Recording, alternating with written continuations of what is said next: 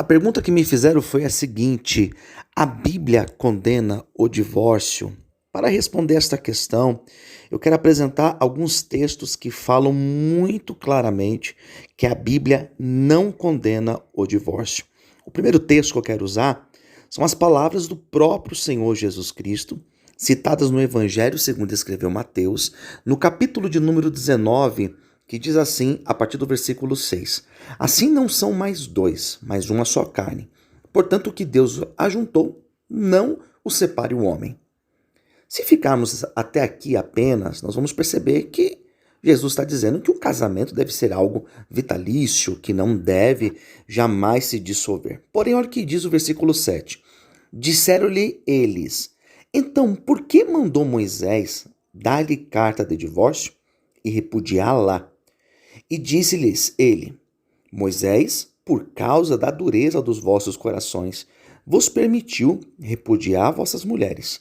Mas, ao princípio, não foi assim.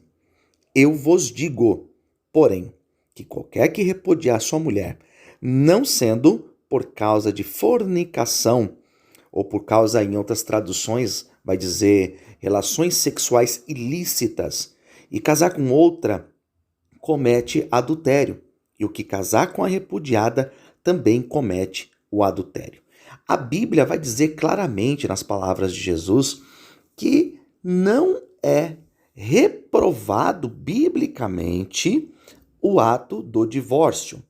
O que Jesus vai dizer é que esse divórcio não pode acontecer por qualquer motivo.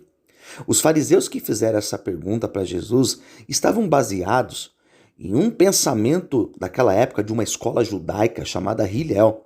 Existia um pensador judaico chamado Hillel e ele dizia nos seus ensinos que o homem poderia divorciar da sua mulher por qualquer motivo, inclusive por um problema simples doméstico, o fato da mulher não ter feito aquela refeição devidamente ou não estar visualmente perfeita aos seus olhos, o homem poderia divorciar da sua mulher.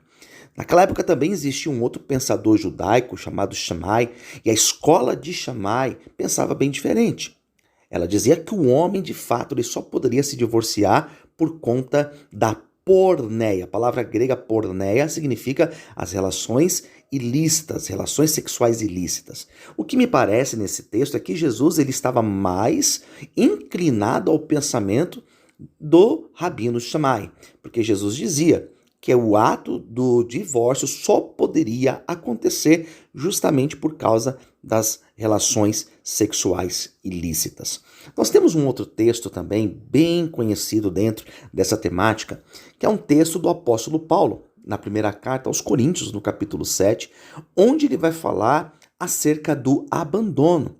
Quando um cônjuge é abandonado pelo seu esposo ou pela sua esposa, sendo ele incrédulo, que essa pessoa ela está livre também para se divorciar e até para contrair um novo relacionamento. Sendo assim, olhando para o texto de Mateus capítulo 19 e também para o capítulo 7 da primeira carta de Paulo aos Coríntios, fica muito claro que a Bíblia não reprova o divórcio. E também a Bíblia até permite um novo casamento dentro desses casos.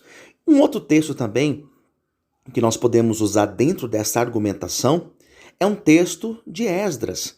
Esdras, no capítulo de número 10, vai dizer que o povo de Israel, quando eles retornaram da terra da Babilônia, eles também deveriam se despedir das mulheres, as mulheres que eles tinham casado, as mulheres dos caldeus que eles tinham casado, tinham tido filhos, que eles também deveriam se divorciar dessas mulheres do povo da Babilônia e despedir elas com seus filhos.